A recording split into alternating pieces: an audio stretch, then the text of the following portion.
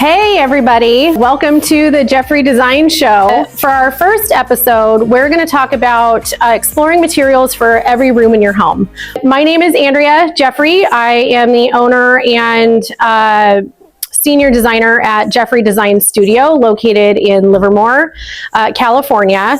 And we are a design build firm. So we have a full service interior design firm, and we also have a construction company located within the firm. And we do our own full projects. So we thought it would be fun because we get a lot of questions on design related things, such as how do I select the right materials for my home? How do I select the right paint for my home? And how do I put all of this together? Because not everyone can afford to hire a design team to be behind them for their projects. So we thought it would be a good idea to come up with the Jeffery Design Show. And if you like the name, let us know. If you want to see a different name after you go through today's episode, send us a message, and we're taking feedback. So again, welcome to this episode. It's episode 1, and it is exploring materials for every room in your home. And you're going to just follow along with me. Really what we're seeing a lot today, I have to hit something. Please hold. Enjoy this music while your party is reached. Okay. I'm going to do another welcome since we have another phone up and running. So again, for those coming in on the other form of live stream, whatever. My name is Andrea Jeffery. I own Jeffery Design Studio. We're a design and build firm located in Livermore, California, right in the heart of downtown. And we get a lot of questions on how to select the right materials for my remodel, for my new build. How do I select the right paint colors? What are the right paint combinations if I have this happening in my space? And so we thought it would be a good idea, rather than individually answering all those questions, to come out with this live, which we're calling the Jeffery Design Show for now. And if you have feedback again on that name, I'd love to hear it. Just message us. And so we're going to do different episodes. We're going to be live every other Friday, starting today at 10 a.m. consistently. Today we're a little behind because today's the 1st and I'm not tech savvy. So we're just going to get right into it. And if you have questions during the episode, just write your comments, and we're going to go through a Q&A session at the end. So a lot of our clients are looking to prioritize certain things with their materials. So whether it's longevity, whether it's recyclability, whether it's a reduced carbon footprint for their project or for their home for whatever health reasons, or whether they just want a smaller footprint on, just our communities. We're getting a lot of questions like that. So I put together a list of what materials to look for, what materials are out there, the benefits of them, and what they do for us in the home, and how they respond once they're installed in the home, both for function, for form, and for longevity. So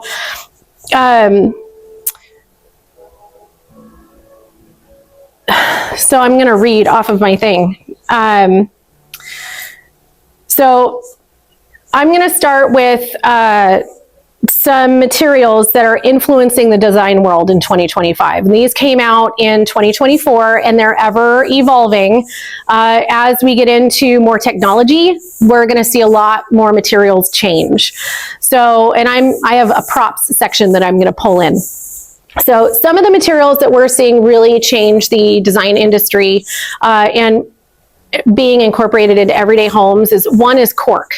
And cork used to be really big, but cork has come back, and it has multiple functions now, which is really cool. Cork was known for flooring material, but now it's being incorporated into leather. Now we have newer technologies, and it's a recycled material, and they put it into leather. So you can line walls with it, you can put it on furniture, and it's pretty durable once you get it into that form. What I will say is it's just be careful with what it's treated with. So cork is a soft product, but if it's treated with certain things to make it more durable for flooring usage, some of those coverings and finishes are highly toxic, or they off-gas for the life of that material in your home. So just ask those questions if you're looking to add that kind of material into your house. It is sustainable, it is eco-friendly, and it improves the air quality in your home. It also has a really good sound dampening naturally to it, so it will help with sound dampening in the home. Another one is bamboo. Bamboo flooring was really popular, I'd say, in the early 200s to 2014, but it has slowly been coming back, and there's different types of bamboo depending on how it's made. So if you break down the bamboo into its strands and it's bound by those strands, it's an extremely durable floor. The pros of bamboo: durable, like I said, and it's scratch resistant because it is such a hard wood. What I will say is, because it's such a strong material, labor costs are typically higher to install bamboo flooring because it goes through blades like crazy. So just prep for that. You can get real bamboo, or you can get like a bamboo engineered flooring, which is just that top layer of the flooring is bamboo, and then you have different materials made underneath that flooring. So just like engineered wood, but bamboo. Treated and repurposed woods are really influencing and coming back into the design world. So whether we're getting recycled woods, burled wood is really cool. It's where you have essentially almost the root of the tree, and it's this really, it has this really cool effect. And when you cut into it, you get this really interesting grain. And I've seen burl wood tables, I've seen burl wood look-alike wallpaper, I've seen all sorts of types. So it's obviously, we have a very wasteful industry in the construction and design world because we tear apart homes and we can't recycle those materials often. So this type of material, treated and repurposed woods, it's less footprint on it's really less waste. So the next material that I'll say is terrazzo is a really good product. It's often recycled products mixed with bioresins or concrete. And if you've seen the tiles out there that have multicolored specks in them, they're very popular. That's the terrazzo look. And they have them in countertops now. You can do wall panels in them. You can do tiles. And the natural ones, if they have concrete, they're a little bit more brittle. So I would look at that. It's a little less durable. But if you get the ones that are bioresin, they are extremely durable. You can do them on countertops. You can do it on flooring. You can do it in wet areas. So it's a really good product. Recycled plastics are really becoming a thing. So being able to recycle plastics instead of throwing them into the ocean, the plastic is being recycled. And through that process, oftentimes that plastic is no longer off-gassing into your home. So if you've ever heard, don't use a plastic cutting board in your kitchen because that plastic off-gasses for its life. Use wood if you can, or there's other materials to use, like resin materials for cutting boards. The recycled plastic materials often don't off-gas anymore because of how they've been recycled and what they've been put into. So I like to look at those things, not necessarily for materials I'm installing into my home, but those are going to be materials where you're using for storage in your kitchen, in your bathrooms, in your hall closets. So look for recycled plastics rather than new plastic materials, because it's actually going to improve your health living in the home. And that's really what all of these materials are going to do for you. They're all going to improve your health, the function. They're all highly durable depending on what you're looking at. And they say put a plant in your home so it cleans the air. Oftentimes a lot of these materials are doing a very similar thing, just in different ways. Kate so says, terrazzo, the unsung hero on Instagram? Oh, so we have this debate in the studio where Tanya despises terrazzo, and I'm for terrazzo depending on the design, right? If I've got a cool mid-century modern space that I'm working on, terrazzo is really cool. But Tanya is super against it, and our clients know. So we'll often get text messages or emails from clients while they're out and about, seeing these different things that they know we're either for or against, and we'll make a joke out of it with our clients. It's pretty funny. So I'm going to walk over here really quick because I have a couple of these materials to grab, and I'm going to bring them back.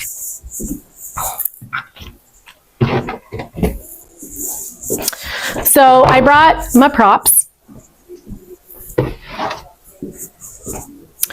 And I wanted to show this one first. So this is cork leather.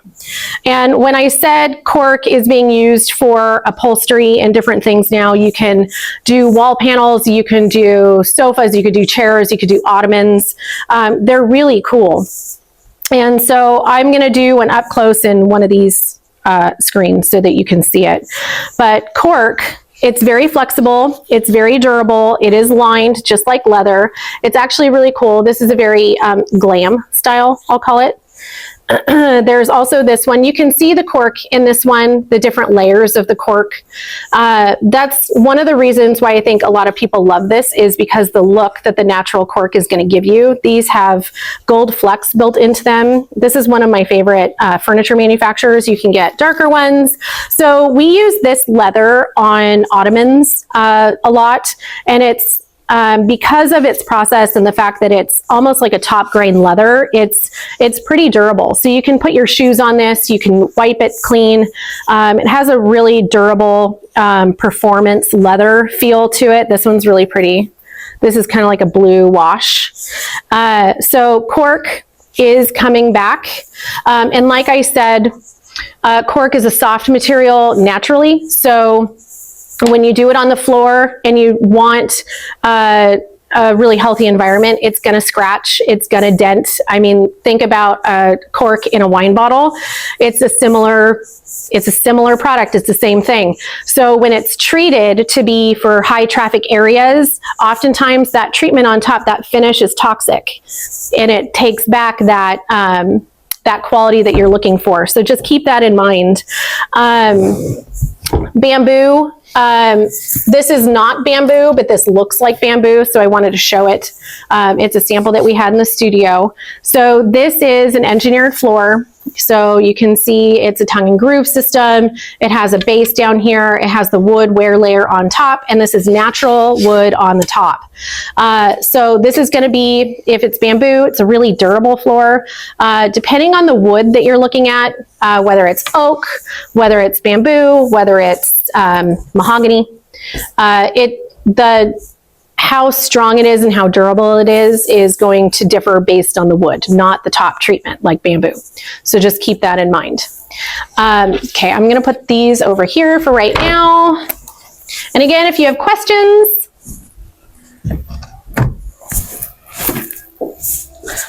just comment, and we're going to do a live session, kind of like a Q&A session at the end. One of the things that I didn't talk about, but we're going to bring up later on in the episode, is leather. Leather is naturally grown. It's a hide. This is another good material if you don't want fabric on your furniture. You can do a leather instead. It's really easy to clean. It's really easy to maintain. If you have animals, I wouldn't be afraid of leather. It has natural properties that make it look worn, and it's gonna wrinkle, it's going to crease, it's gonna do its thing over time. You can almost see it in this one or this one where you naturally see the imperfections, and that's okay. That's telling you the life story of the leather, and you want that. If you want a high gloss, uber modern finish to your leather, that's what's not going to wear very well and last a while, especially if you have cats or if you let your corgi, like I do, on the sofa. All right, so let's move from those materials and let's talk about highlighting materials for your kitchens, such as countertops, cabinetry, and tile backsplashes. This is a question we get a lot. And anytime we're working with a client, one of the main questions that we get on cabinetry is, what material should I use? Is paint grade really going to be durable for me? I have kids. Pasta sauce is going to splatter all over the place. What material do I need to use for my cabinets to make them last? And that's going to differ based on your usage, how often you clean. It's very known that I hate to clean. So, you know, my family just has to deal with it. I have to deal with it. But, you know, a good cabinet, no matter what material you're using, is going to last. It's just based on your style and based on what your food preferences are and how often you clean. We're going to look at that in order to determine what materials we need to use, whether it's a wood stain, whether it's a paint grade, or whether it's a wood veneer. So we look at all those factors, not just one individually. So let's talk about countertops really quick, and I brought some things.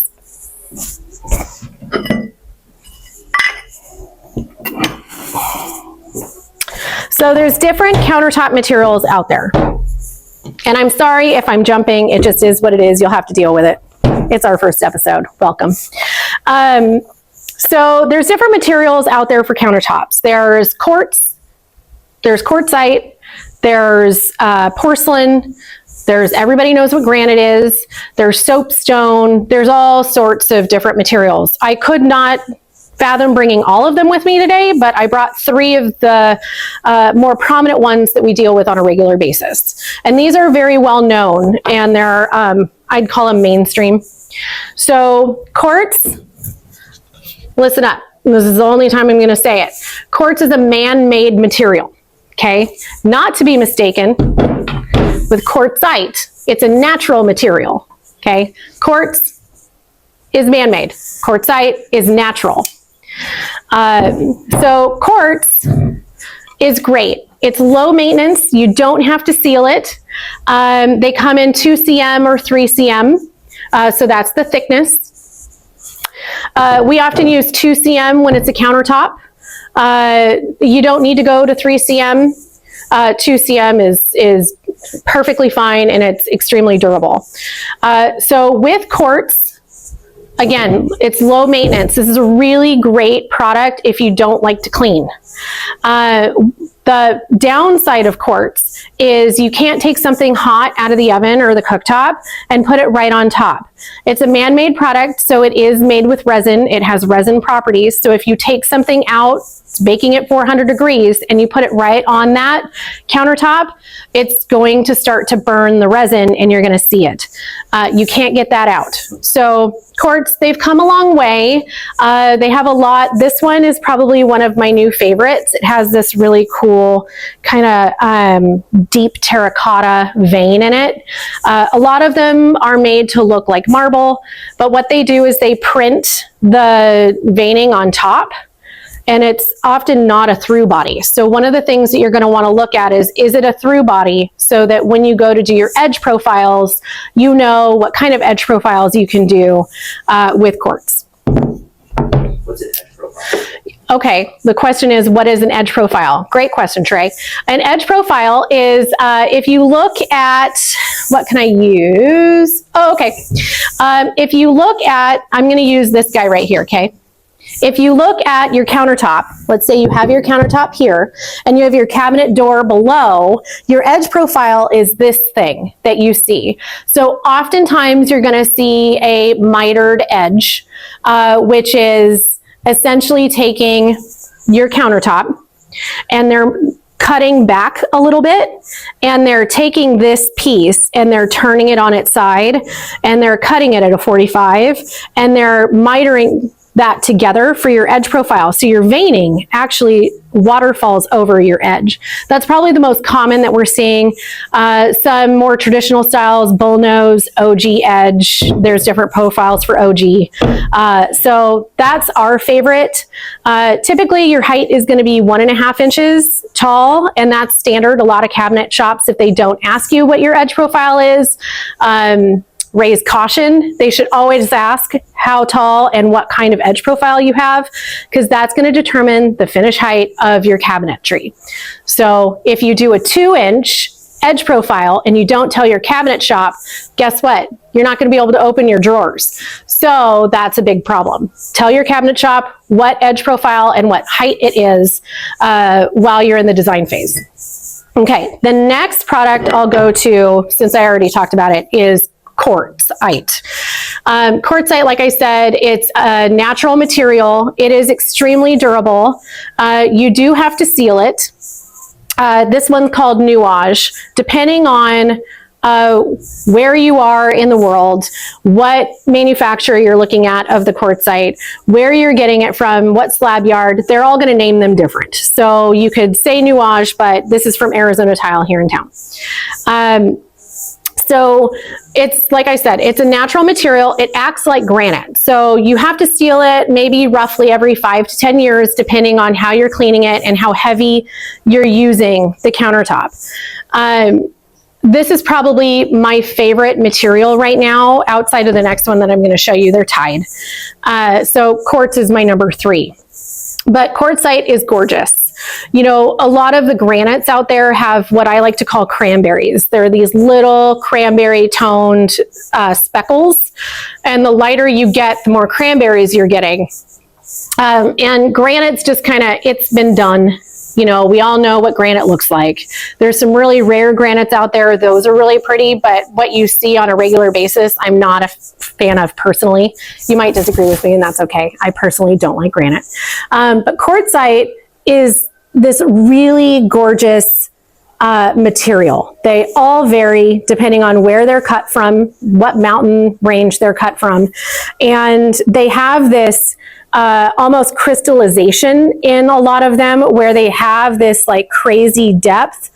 One of them is paused for poor connection. So I'm not very good with technology. So a lot of them have these crystallization aspects to them, where they show this really cool depth. And that is just, you're not going to be able to manufacture that in a man-made product. It's impossible. So I love quartzite myself. For function in the house, again, it acts like granite. It's very low maintenance. A lot of people that have granite have never had to seal their granite or reseal it for 30 plus years. This is going to act that same way. You can take pots and pans right out of the oven and the cooktop, put it right on top. I don't recommend it just for the sealing aspect. So use a trivet or a hot pad on your countertop just to protect the sealing. And that way you don't get really weird kind of spots all over it. And then you have to reseal it. What's the price difference between quartz and quartzite? So good question. Trey asked, what's the price difference between quartz and quartzite? I'd say quartzite on average is going to be a little bit higher in square foot cost for the slab than quartz. It also depends on the manufacturer of the quartz. So this is Vidara. It's one of our favorite manufacturers of quartz. It's very well known in the market. They are often leading the design industry for quartz prints and colors and tones and that kind of thing. They have some that are on the higher end, and they have some that are on the lower end for budget-friendly projects. So it really just depends, but I'd say on average your quartzite is going to be more. What we've been seeing in the market is anywhere from $1,600 to $2,000 a slab for quartz, whereas quartzite is going to range $2,500 and up for quartzite. So on average you're going to spend more on quartzite, but it also depends on the look that you're going for. So for me, this price tag is worth it.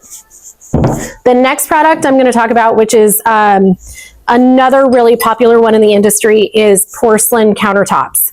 So we all know porcelain from tile, right? A lot of tile is made out of porcelain. You can get small porcelain pieces, you can get 12 by 24s, you can get 24 by 24, you can get 24 by 48, and you can go up. Well, they make them in slab sizes now. And in lieu of your quartz, you can go with porcelain. So porcelain is really cool because once installed, it's actually one of the strongest materials on the market. That's it. It is one of the strongest. So if you drop something, it doesn't mean it's necessarily going to crack. Now, I'm not going to say go get a bowling ball and drop it on your countertop, because that would be dumb. Don't do that. But once it's installed, it is one of the strongest materials on the market. We've done waterfall edges in this. Even if it's not a through body porcelain, that's okay. We've done waterfall edges with that mitered cut. We've done an Invisicook underneath this, and we're going to try and show some photos later, and I have an up close of it, where we have the porcelain countertop on top of the induction cooktop, and you can cook through that porcelain right on your porcelain. So for small space kitchens, this is a really great product, because you can get an induction cooktop, specific brands, not any induction cooktop can do this. You can get an induction cooktop, you can put your porcelain right on top, and when you're not cooking, it's a great prep space. It's a great space to just have as extra function, or if you want a really clean looking space, this is a really good option for that. And then when you're ready to cook, you get your trivets, right, for induction cooking, and you put them where your burners would be, and you cook right there. And we all know induction doesn't burn, it doesn't get hot. If you touch it, you'll know it'll be warm, but it's not going to burn you. So it's a really great way of cooking. So this is a really great product. Price wise, in comparison to the other two, I'd say, again, it depends. You can get a really pricey porcelain, and you can get a really cost effective porcelain. This is a Bedrosian's option, and it's not bad as far as price tag. If I was spending more money versus less money, what's the difference in porcelain? Is it just the difference in durability, look, feel? So the question is, if I'm spending more money, right, what am I going to choose and why? So if budget's not really a concern to you, I'm going to go based on function. If you want induction cooking, you want that cleanability, you want the strongest material on the market that is actually really pretty, then I'm going to go porcelain. If you want something that showcases bold veining, if you want something that makes a statement, if you want something that wows when you walk in your kitchen, I'm going to go with quartzite, because that's going to do that. You can get let me take a step back and tell you a budget-friendly way to do this. Let's say you have an island, and let's say that island is small, and you don't have a lot of space, and you don't have an endless budget, and you don't have the money to get 3 whole quartzite slabs. That's okay. Buy 1 slab, put it on your island, and do a quartz or a porcelain on the perimeter. And what that's going to do is save you money on the other slabs that you have to buy, and give you that wow factor with the quartzite. So there's different ways that you can do it. You can splurge a little here, save some there, and overall it'll balance your budget out. Just be careful with how much you're splurging and how much you're not saving if you're on a tight budget. Always plan ahead is my motto. So, and this conversation not only goes for kitchens, but this goes for bathrooms too. So I'm going to leave these here because bathrooms are a subject of ours today. So let's talk cabinetry. So cabinetry in your kitchen, and again, this conversation goes for bathrooms. It really just depends on your function, how you clean the space, how often you do or don't, and if you have kids, dogs, etc. So I'm going to go through first the different types, and then I'm going to tell you why I would do it and why I wouldn't. So you're going to have your paint grade cabinetry, right? You can put any paint color on it. You can do a wood stain, and there are certain woods that I would do on cabinetry and certain ones I won't. And do whatever stain you want on that cabinetry. And then there's a wood veneer cabinetry. And there's different reasons that I would do a wood veneer over a wood stain, and I'll give you those. So let's go into paint grade first.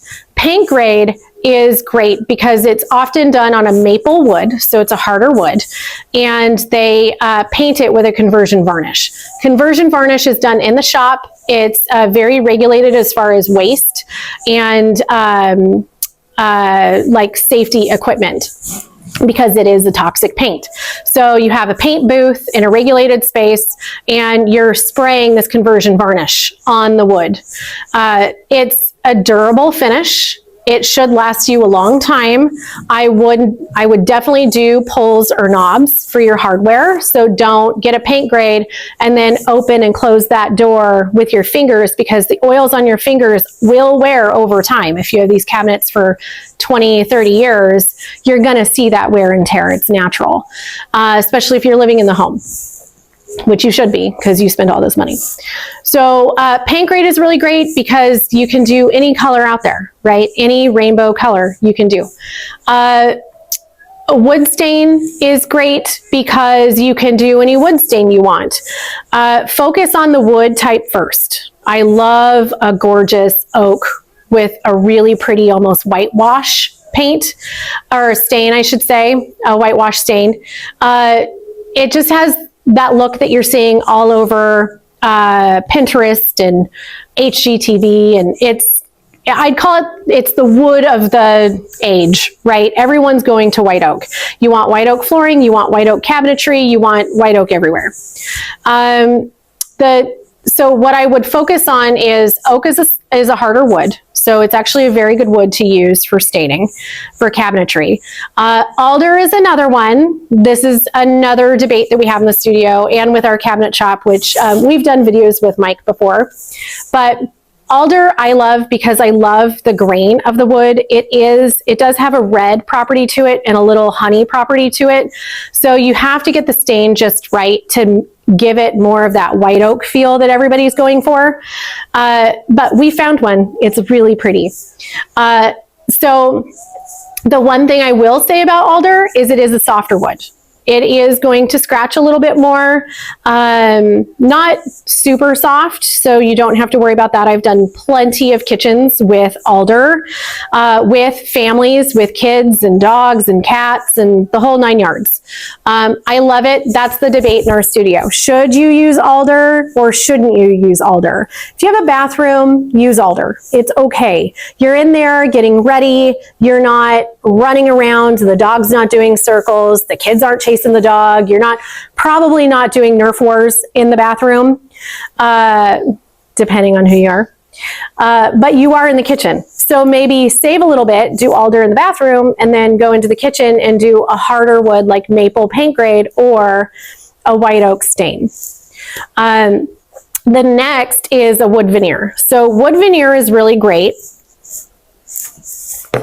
because you can get grain matching. So when you have those just flat paneled doors that you're seeing in the market today, in all those areas, right? HGTV, House, Pinterest, all those places.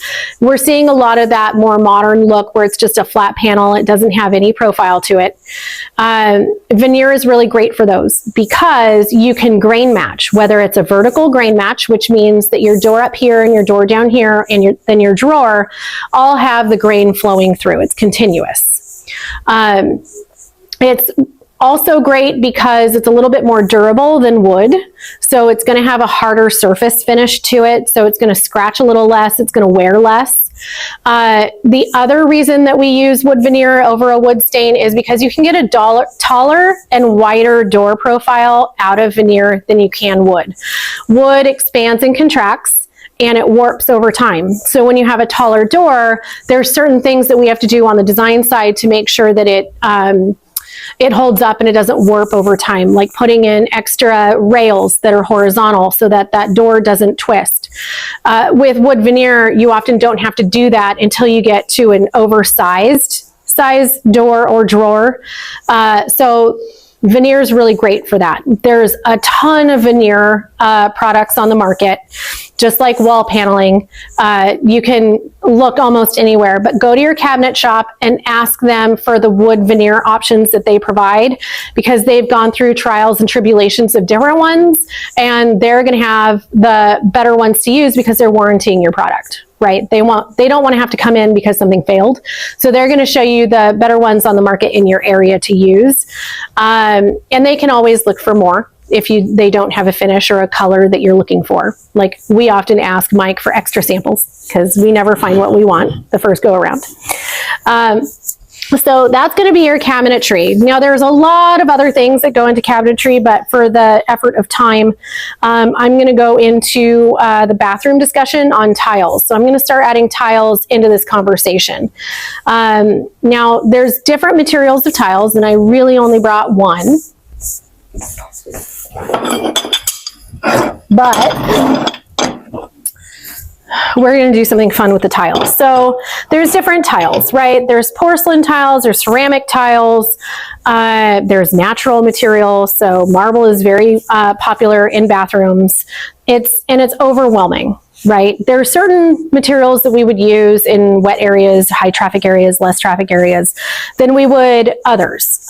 So the things that we're looking at when we look at tile is, again, how does our client need that space to function, right? How is that space functioning for you?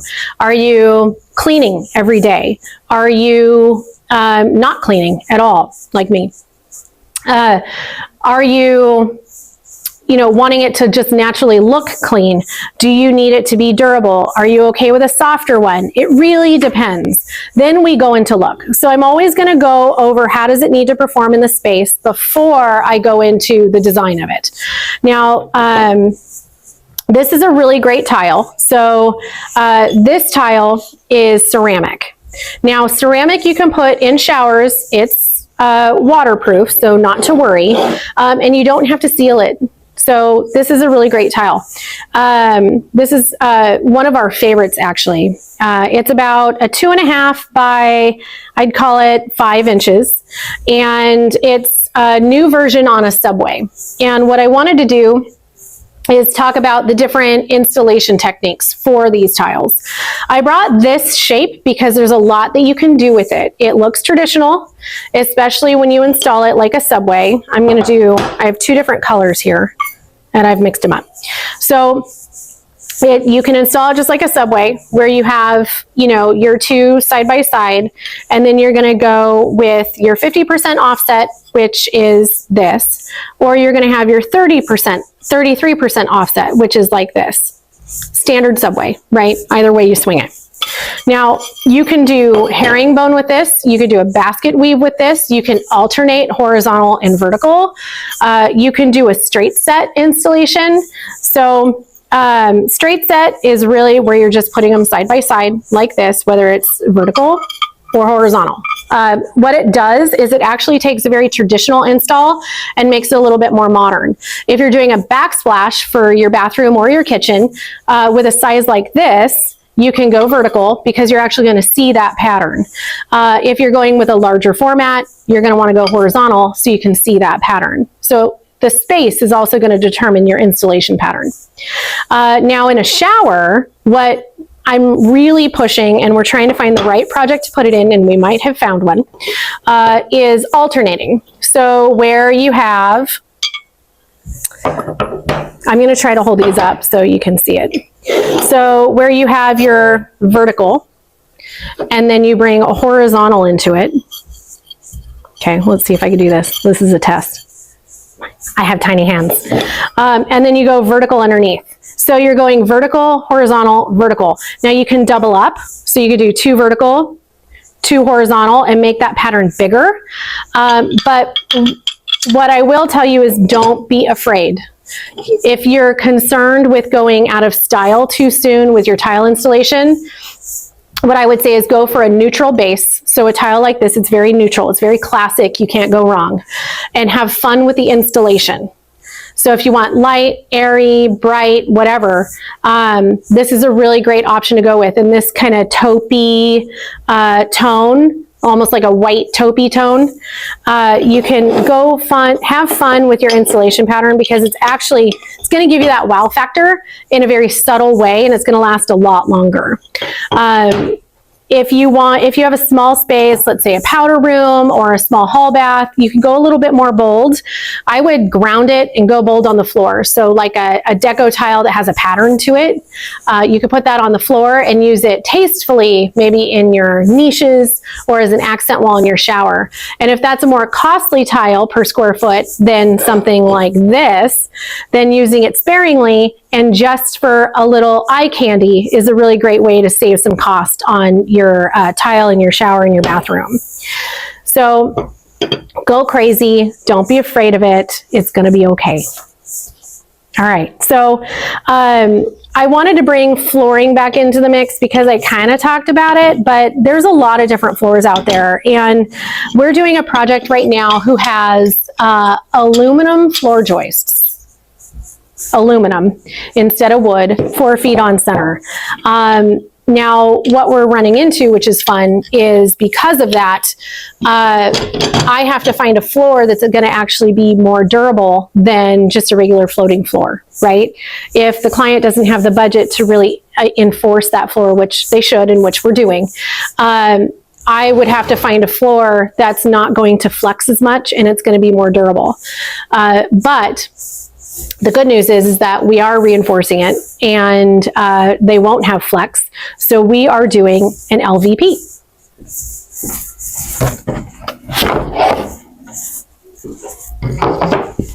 LVP is great.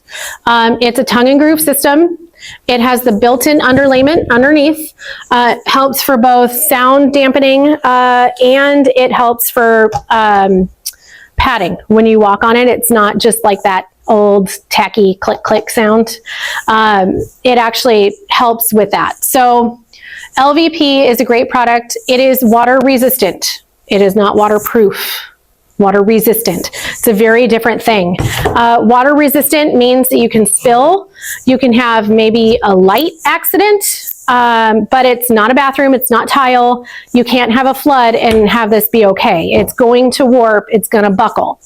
One of the things that I will say about LVP is talk to your flooring company that you're purchasing it from or your installer and talk about how long you can go without having a transition, because all floors are different and the manufacturer specs will require transitions depending on how long of a run you have. If you have a space with no walls and you're going all the way down and it's, let's say, 40 feet, they might require you to have a transition somewhere so that that floor, once it's installed, can expand and contract, because it will expand and contract just like wood will, and then it won't buckle. So if you don't follow the warranty requirements for the installation, they won't cover it if it buckles. So just keep that in mind. We love LVP or LVT because they've come a long way with it. It actually looks, once installed, like a real floor, like a real wood. And it has a little bit of flex to it in these panels. You can kind of see that. So it's easy to install. It's easy to cut. It's a floating installation often if you're on like a wood subfloor, raised floor foundation. It's an easy product to install. You can do it on stairs now. A lot of manufacturers are making stair nosings. So that's the piece that hangs over, just like a countertop edge profile, right? As you go up the stairs, they have different nose profiles now in LVP. Not all manufacturers have them, so double check that if you have stairs. But we do this on stairs all the time. Or this product. The other one, of course, is natural wood, which I'm in love with. We're doing a lot of refinishing of like those 3-inch redwood or red oak planks, right? So if you have 3-inch red oak planks and you want to continue that into the kitchen, it's okay. Don't do it in a bathroom, but in a kitchen, it's perfectly fine to put real wood in there. Just if you have a dog or a puppy that has a lot of accidents, just be mindful of that, because it is wood. That is going to eat through the finish and it's going to start to tear through that floor. So just keep that in mind. The next one is engineered hardwood, which we've kind of already talked about. They are often tongue and groove installation, just like this guy. Now they have different wear layers, so that's the thickness of the wood on the top, and then you have your man-made base down here. So your wood layer on top is going to dictate your wear layer. That's going to tell you how long it's going to last, how many times you can refinish it, that kind of thing. And there's different ones. They have, white oak, they have red oak, they have mahogany flooring, all different types. So now what I will say is LVP is going to be more cost effective than your engineered hardwood or your real hardwood. So if you're looking for a cost effective flooring installation and product, LVP is probably going to be your go-to. They are coming out with laminates now instead of like a luxury vinyl plank. They have laminates that look like LVP. So we've been installing some of those. They actually hold up pretty well in durable areas, but the verdict is still out, so don't ask me about it yet. Okay. So the next product that I wanted to talk to you about, because we do everything. We do everything from the materials that are attached to your house, and we also do furniture. So the last thing I'm going to talk about is different things that are changing the industry for furniture in homes, right? So we talked about cork leather, which is a really great product. It's sustainable, it's eco-friendly, and it helps the environment in your home. We talked about leather. So leather is a great product if you have a sofa, a chair, whatever you have, and you're looking for just a cleaner environment. They'll always say if you're looking for hypoallergenic, you're going to go with wood, you're not going to install carpet. Leather is the same thing as fabric. Fabric is going to retain fibers. If you have allergies, one of these products is better than fabric. So it's easier to clean. And leather really tells you a story by how aged it gets and how much scratching it gets and all that stuff. So leather is always a really great choice. The other thing that we look at if we have a client who's really concerned about the footprint on the environment in their home, we're looking for furniture manufacturers that are also finding sustainable materials to put into the furniture. So that's going to be the frame of the sofa or the chair or the ottoman. It's going to be the springs. It's going to be all the materials that go into the frame of the piece of furniture. And so all of our furniture manufacturers that we work with do that kind of sourcing, and that's how they build their furniture. So if you're concerned about that, you're not going to go to Joybird. You're not going to go to Living Spaces. You're not going to go to Pottery Barn or Restoration Hardware. You're going to look for a company that manufactures in the United States, and they have sustainable sourcing for their frames, their woods, their springs, all of the materials that go into the furniture. And if you are looking for sources, or if you're looking for a document, I do have one that talks about the different ways that you can do that. So if you want that document, just message us and say sustainable furniture, and we'll go ahead and send it to you. Okay, so we're getting down to it, and our hour's almost up. So I wanted to just do a recap of the episode that we did today. What I will say is, am I good? Okay, great. Okay. Figure out what your needs are before you look at materials. Figure out who you are and how you need your home to function for you, rather than going and sourcing materials, and then after you install it, finding out the hard way, right? That's a very expensive mistake. Ask the questions up front, not of just yourself, but ask them of the showrooms. Ask them of your designer, your contractor, whoever's helping you. Ask those hard questions. What am I going to use to clean this?